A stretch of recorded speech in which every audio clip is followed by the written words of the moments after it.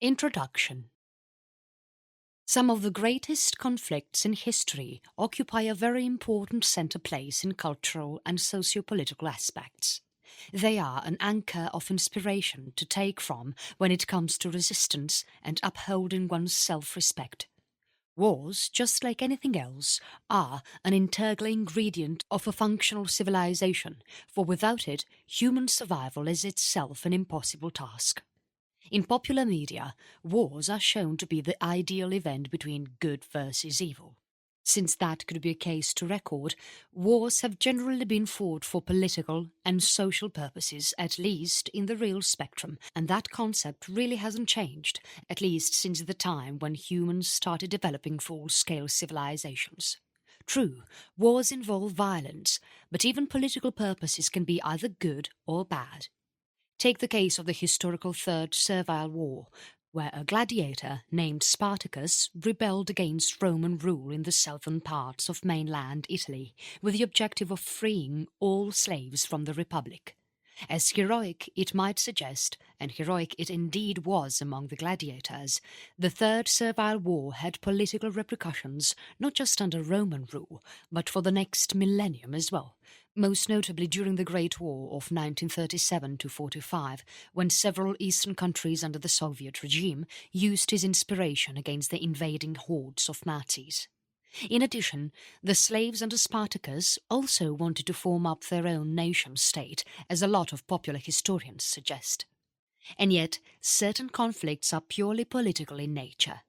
During the same era, and some centuries following the Servile War, Julius Caesar would annex the whole of Gaul to make it a proper Roman province. What were the reasons behind such a stand?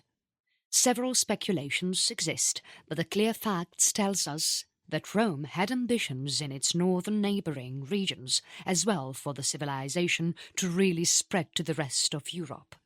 In addition, Gallic tribes were seen as a constant threat to the Italian peninsula, and quite some of them had even indulged in free raiding of northern territories of Rome, leading to occasional damage to economic and human life.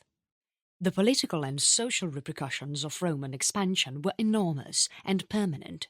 In Europe, specifically in the western portion of it that encompasses nations like Britain, France, Iberian Peninsula and of course Italy and its islands, political setups right from the level of magistrates to the establishment of political parties and working democratic organizations, including the legal system, all pretty much still relate to the organizational structure laid down by the Greeks and Romans and have their origins in them alone.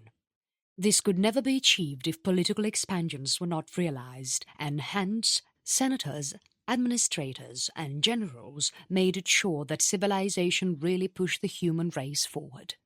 In this compilation, some of the leading historical conflicts have been described that have their repercussions still felt today, surrounding us everywhere. These include conflicts like the Second World War, the First World War, American Civil War, the Napoleonic Era, and many more, with some of these great conflicts not having the space to be described below. Chapter 1. The Second World War. Undoubtedly, the greatest wars have been fought in the 20th century. With rapid advancements in weapon technologies, the scale and range of the battlefield dramatically changed for the first time, at least since the start of World War I. Now, wars were not just being fought alone by soldiers and generals and those holding responsibility on the battlefield, but also by civilians, vigilants and independent groups. The introduction of gunpowder itself had changed the course of human history forever. Now, it was to be seen on a global scale. The Second World War is also undoubtedly the greatest global conflict in all of human history.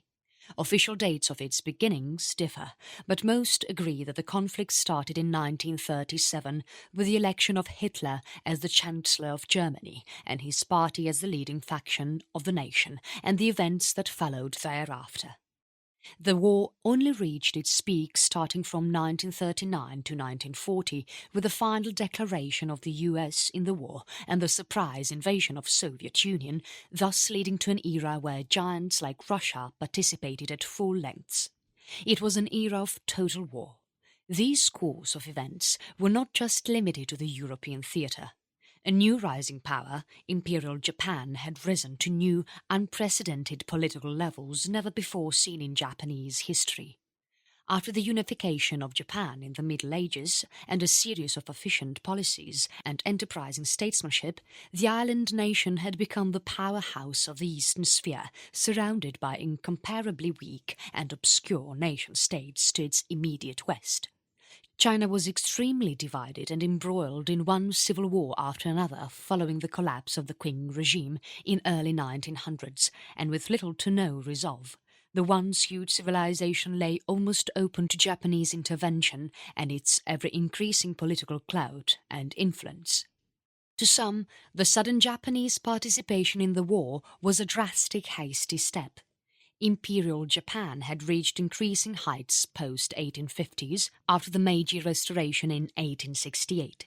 Japan's rapid industrialization and militarization later in the early decades of 1900s made the country pinnacle power in the Southeast Asian sphere, and it had political ambitions beyond the island nation. In its early phases during the First World War, Japan, although remaining neutral, supported the Allied side and thereby supplied troops and equipment primarily to the UK. However, during the 1930s, Japanese interventions in several events pertaining to this Southeast Asian region and bordering Soviet Russia was putting the US at least in a doubtful mode. The Japanese had earlier contested with the Russians to take control of the latter's easternmost provinces and were already at an alarming phase with China. The US was becoming increasingly wary of Japanese since it had several fleets in the region. It does not need to be noted that Japanese intervention during the Second World War is still considered to be a very controversial act on the part of the imperial government. Several secret correspondence does seem to exist between the Nazis and Japanese, with the latter's governmental circles even prompting to avoid the war with the US, as it would prove devastating for the country. The US had, however, put certain economic embargoes, specifically on oil, that the Japanese thought it to be unacceptable. Finally, on 7th of December 1941, the Japanese retorted to an undeclared assault on Pearl Harbor, resulting in the deaths of hundreds of American personnel. Franklin Roosevelt in the next one day would declare war on the Japanese, and the latter would take sides with the Axis. The Second World War involved great losses to human life, as well as some of the most dynamic and permanent changes in international borders never before observed in human history. Its toll on millions and the independence of several Asian, African and Latin American nations from erstwhile colonial powers was a landmark in human history, not to forget the formation of a new international order governed by organizations such as NATO, the United Nations and the Bretton Woods Conference that would lead to a number of new economic organizations as well. All in all, around 40 million to 75 million approximate dead are estimated at the end of the war, 1945. These include civilian as well as military casualties, the highest ever recorded from a conflict. The end of the Second World War led to a number of new nations and superpowers that would decide the course of events for the next 6 decades. The total dissolution of the Empire of Britain, transformation of Imperial Japan to a democratic republic, and the division of Germany into Eastern and Western blocs, aided by the rise of America and Soviet Union as the two leading powers of the world, were its greatest aftermath. This era would also bring in a new kind of conflict, popularly known as the Cold War between two former allies, US and the Soviets. A number of Asian and African nations gained independence during this time, including the now emerging powers of India, South Africa, notable Southeast Asian powers like Malaysia and Indonesia, Philippines and Vietnam, and developed economies like Singapore and Taiping. almost the whole of colonial Africa would become fully decolonized within the next 30 years. Chapter 2. The First World War. Preceding the era of the Second World War, the next in list of history's greatest conflicts is World War I, also known as the First World War. The Great Wars have much similarity between them. Both wars were fought by common nations that only differed in governmental setups in the early 1900s during the onset of the conflict. The First World War was fought between the Allied powers of United Kingdom and its allies versus the Central Powers of Imperial Germany, Austria-Hungary and the then fading Ottoman Empire. The onset of the 20th century was a turbulent and dynamic era in European politics.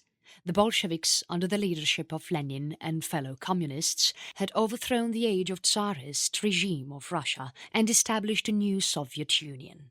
In the West, Germany during this time was being headed by a monarch, and hence called Imperial Germany, that had lost a lot of its political and economic strength. Its fellow German ally, Austria-Hungary, also sought to regain its lost classical era. To the south, and the most notable, once powerful Ottoman Sultanate had become only a shell or a shadow of its former self.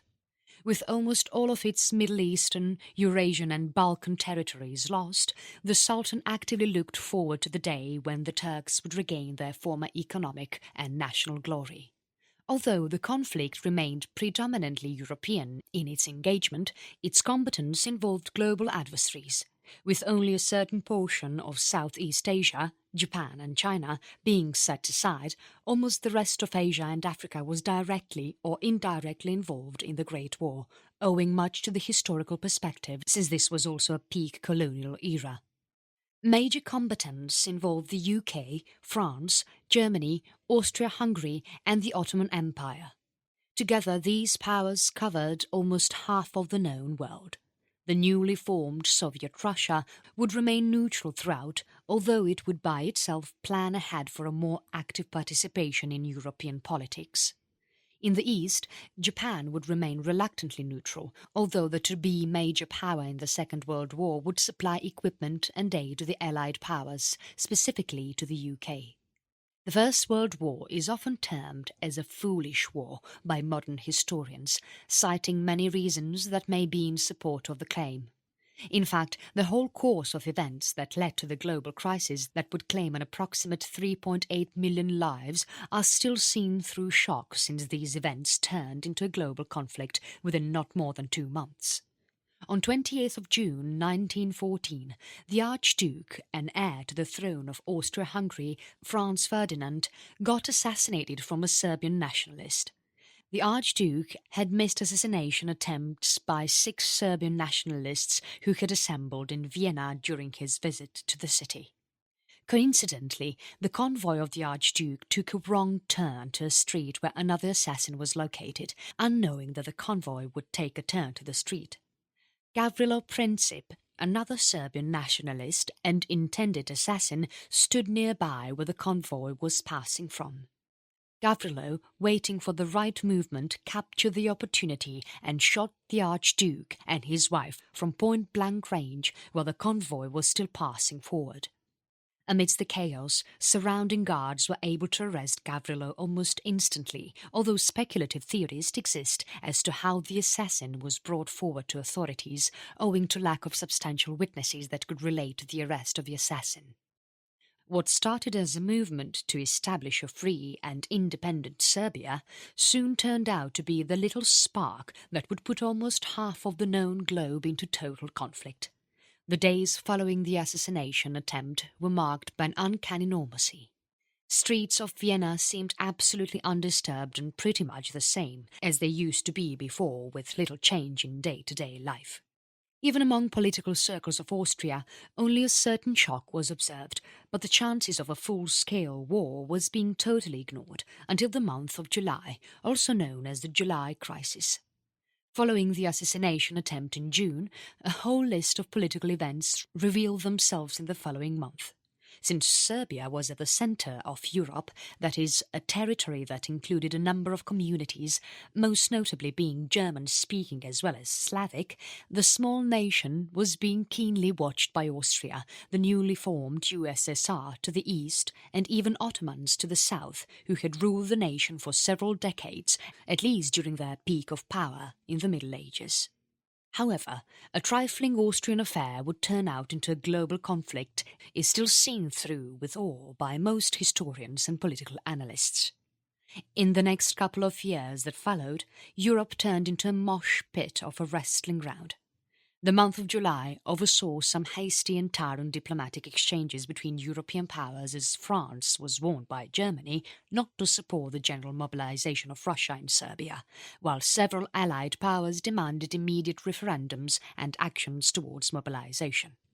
Austria even issued certain diplomatic demands to Serbians in return for independence, although these demands were deliberately designed for Serbia to reject them as a bait to an armed conflict where Austria could take control over the region once and for all. The years from 1914 to 1918 were thus seen as one of the deadliest in the course of all human history. Massive mobilization of armies took place, and some of the most grueling events happened in around Belgium and borders of France, where thousands of miles of dug trenches, still in existence today as part of active tourist spots, served as the resting place for soldiers, as well as their place of demise. More than 40 million people died during this short period of conflict, one of the highest ever, with the male population being seriously at threat in Europe as battle lines neither shifted nor moved any further away from the current establishment. World War I was thus a total stalemate, although the Allied powers came out victorious, with such costs that permanently affected everything. And yet the Great War instilled in such long-lasting repercussion not observed centuries before the war. The year of 1918 saw the official dissolution of some of the largest powers in Europe forever. Austria-Hungary, the Ottoman Empire and Imperial Germany were forever dissolved, with all of the territories controlled by these powers being resulting into several nations. Serbia was henceforth declared an independent constitutional monarchy officially on 1st of December 1918. Chapter 3. American Civil War.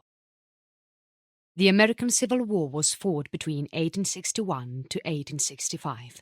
Although only a short, 5-year conflict, it witnessed one of the greatest conflicts in all of American history, and perhaps in the industrialized world of the mid-1800s. The war is often categorized as the bloodiest in U.S. history, and was so great that it recorded a much higher number of military casualties than those observed in World War I and World War II combined. More than 750,000 American soldiers died due to full-scale conventional war and the disease that followed thereafter. These figures include both Confederate as well as Union casualties. The causes of the Great Civil War were purely socio-political in nature and revolved primarily around the issue of slavery in Northern America. By the late 1800s, a very considerable portion of Africans had settled in these territories during the time when the states were being newly formed, and Africans were traded extensively in both South as well Northern American territories. So immense was the phenomenon of slave trade in the 1700s that a considerable portion of the American economy was being operated by them. Africans during this time comprised the primary labour resource on plantations and agricultural estates, mostly owned by whites, but worked by Africans. Also, so immense was the contribution from African Americans that literally the whole southern territory of the U.S., including 7 states, thought slavery to be an integral part of their economy, state rights and society. Anti-slavery movements and policy actions across the U.S. during this time were seen as violating of the rights of southern plantation owners and agriculturists, some even believing in the laziness of blacks in a free labour market. The whole notion of the dependency of the southern economy on black labourers was the prime catalyst of the conflict that ensued in these 5 years. In 1860, America prepared to elect its 16th president. Abraham Lincoln, one of the greatest considered presidents and ranked among the top 3 by most contemporary as well as modern historians and political analysts, held sway over the northern states where he won by a decisive wave. Abraham Lincoln was also to become the nation's first ever Republican president. In the aftermath of the 1860 election that followed in 7 of these southern states, where he hardly won any representation, declared themselves seceded from the federal government. In one sense, these states had declared themselves to be independent of the rest of the nation, even rebelling, as certain authors and historians point out. The secession had obvious preceding events. Almost the whole South had threatened the federal government of a full secession if Abraham Lincoln was to be elected as the president, and hence his almost negligible vote in these areas. When in 1861 Lincoln was successfully elected to the White House, the South, politically enraged by the event, declared themselves independent and officially formed the Confederate States of America, popularly known as the Confederacy, headed by Jefferson Davis as their president. The Confederacy was such that no foreign country really recognized its diplomacy, and hence a total lack of intervention from such countries that imported American cotton, especially certain major powers of Europe like Britain, which the Confederacy thought it would intervene in favour of the Confederacy.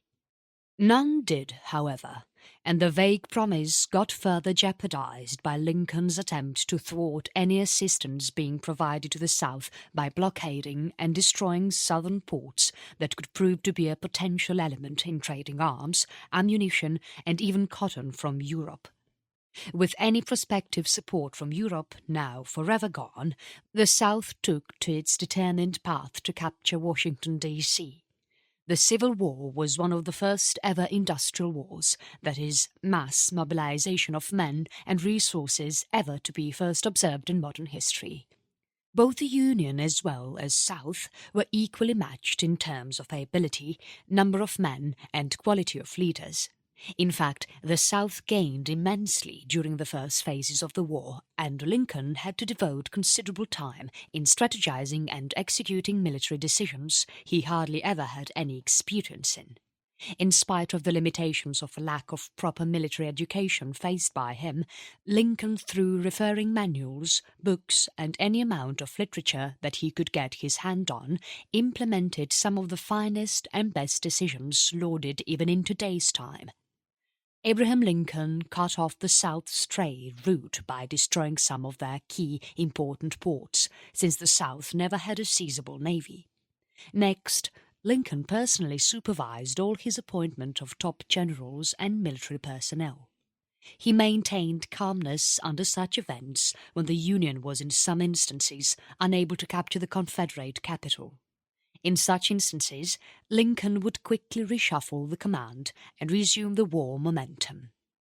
In addition to executing some key naval decisions, Lincoln also personally took command of the standing army by appointing his most successful general, Ulysses S. Grant, as the chief of the army. The latter would become the next president of the U.S. after Lincoln's sudden assassination in 1865. The Civil War raged on, equally matched with much ferocity around central U.S., surrounding the areas of Richmond and Virginia, and finally climaxing at Gettysburg, the resting place where the future of the U.S. was set. In the early summer days of July 1863, the Battle of Gettysburg continued for 3 days, finally concluding on 3rd of July with the utter decimation of Confederate army under the command of Robert E. Lee. With the strength of the South now completely extinguished, Lee finally surrendered to the Union and agreed upon surrendering everything that related to the Confederate States, and that the rebelled states were now a part of the Union government. Certain skirmishes dotted the southern territories, but the war had been won and Richmond had been captured following the Battle of Five Forks, where General Lee made his last stand to make some gain from the remaining Confederate army. The Great Civil War was such that it would leave a permanent imprint on American society for the rest of the periods that followed. The assassination of the 16th President of the US would make him one of the greatest presidents of the US and a martyr. The Civil War was also a start of the Reconstruction era, whereby the end of it would be characterized by extensive rebuilding and developmental measures that would last almost till the start of the 1900s. The greatest contribution of the Civil War, however, the emancipation of the millions of black citizens who toiled under hard conditions, working extensively without any recognition at all. The Emancipation Act would symbolize the historic step of the assimilation of all communities that existed in the US and the century that would follow. Chapter 4. The Napoleonic Era. The Napoleonic Wars were one of the most important events in modern European history. Many scholars suggest a lack of it could never have resulted in the independence of so many small nations, especially in the Balkans, if someone like Napoleon could have never have risen to the French throne. The Napoleonic Wars, also popularly known as the Napoleonic Era, was a set of military conflicts dating from 1803 with the declaration of Napoleon I as the Emperor of the French Empire till its dissolution and the reverting back of the Bourbon family to the French crown in 1815, following the defeat of the French at Waterloo and the exile of Napoleon Bonaparte.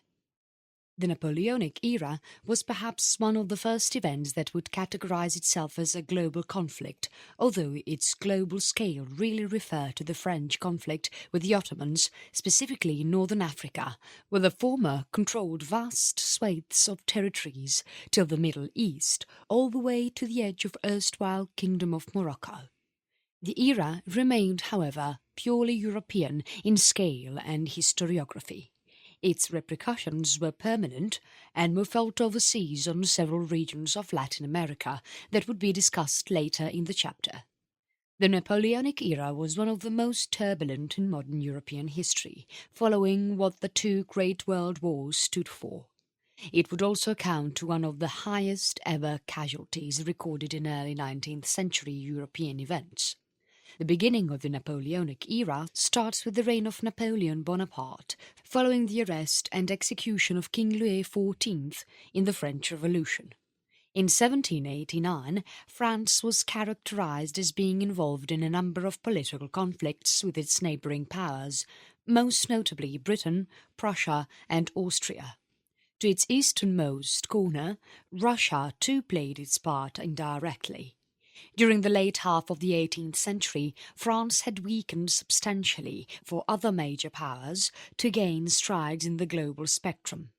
With several of its colonies lost, France actually got confined to nothing more than its European borders. This was also the time when the nation transformed itself into a republic from monarchical rule following the ouster of the ruling king. It was also during the late 18th century when a young general named Napoleon Bonaparte would rise to become ruler of France and emperor of his own carved imperial domain that pretty much imitated the erstwhile Western Roman Empire.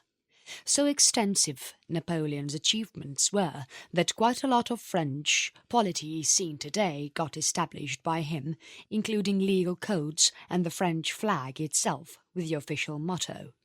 However, all this came at a great cost and an epic episode in European history.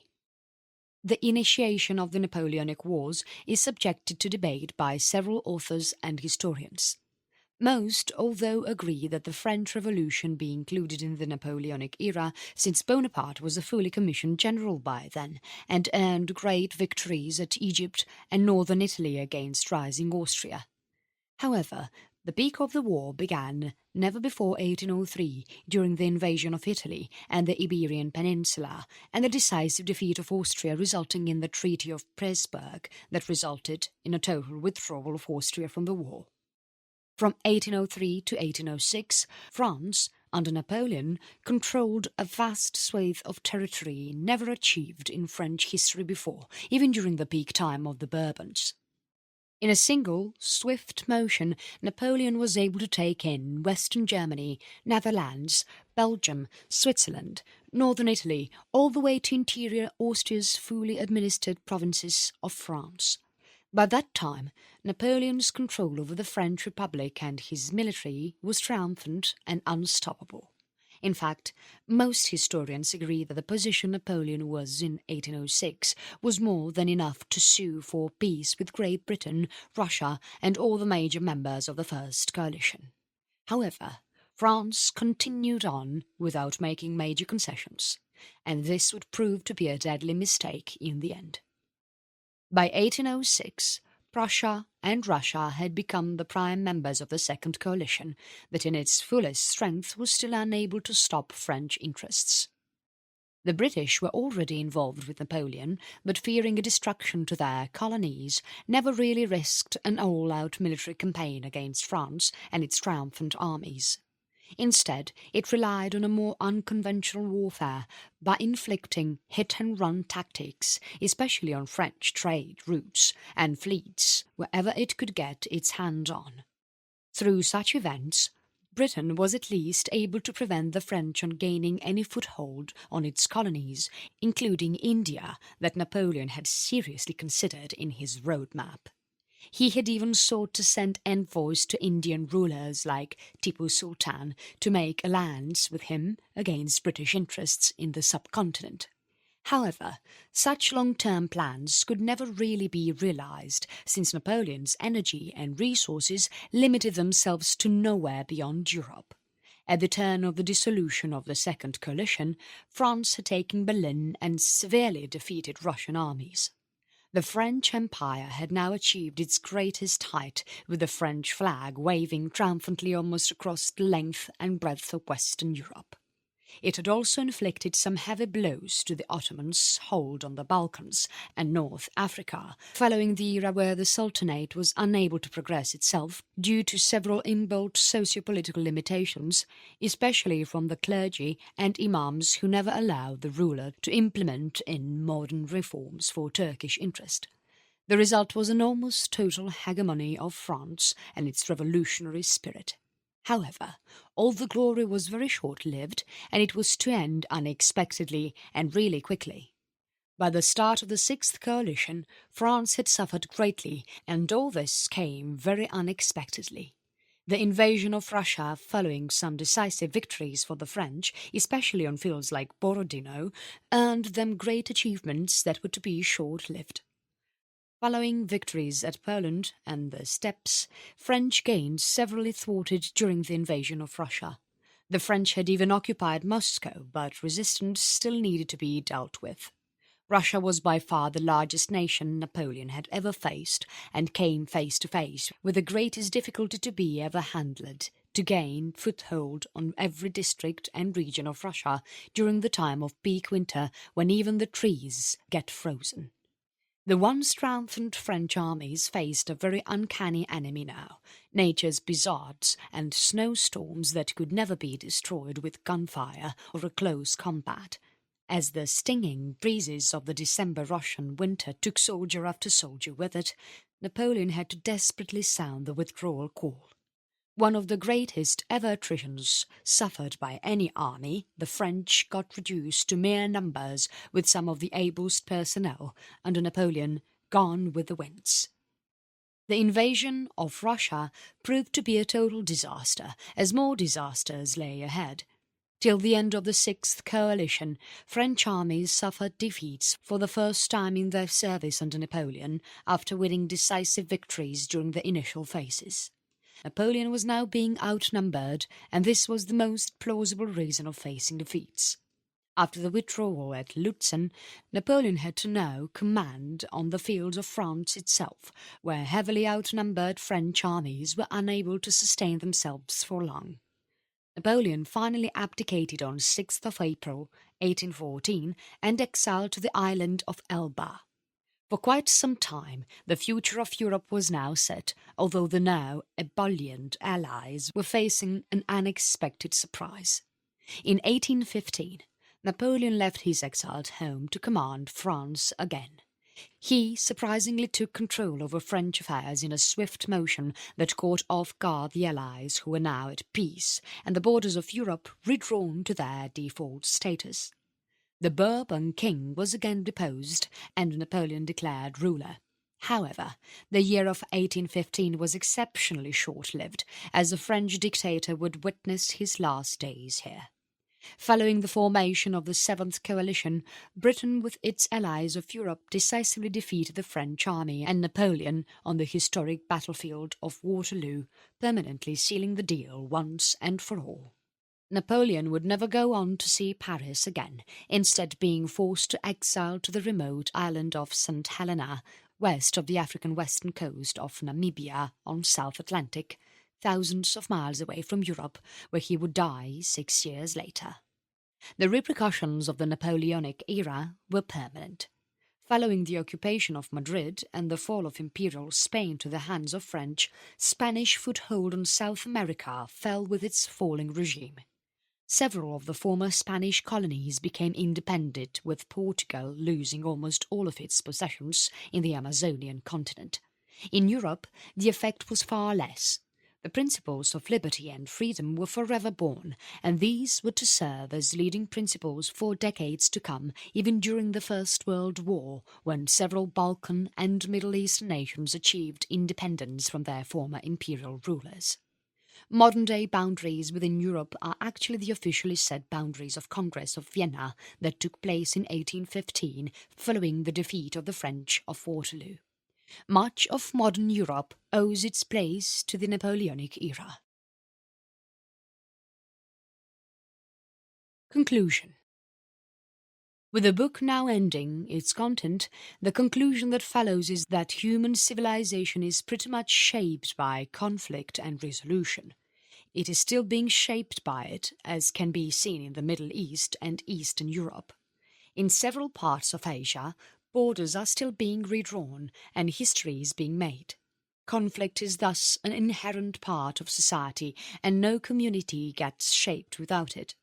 However, as wars become more and more large-scaled with technology leading its frontiers, more rules and regulations need to be at place to legalize conflict and limit its reach so as to keep civilian life away from it. As that is a very difficult task to accomplish, it will take more resources and policy initiatives on the part of governments to tackle conflicts in more innovative and tactile manners as possible.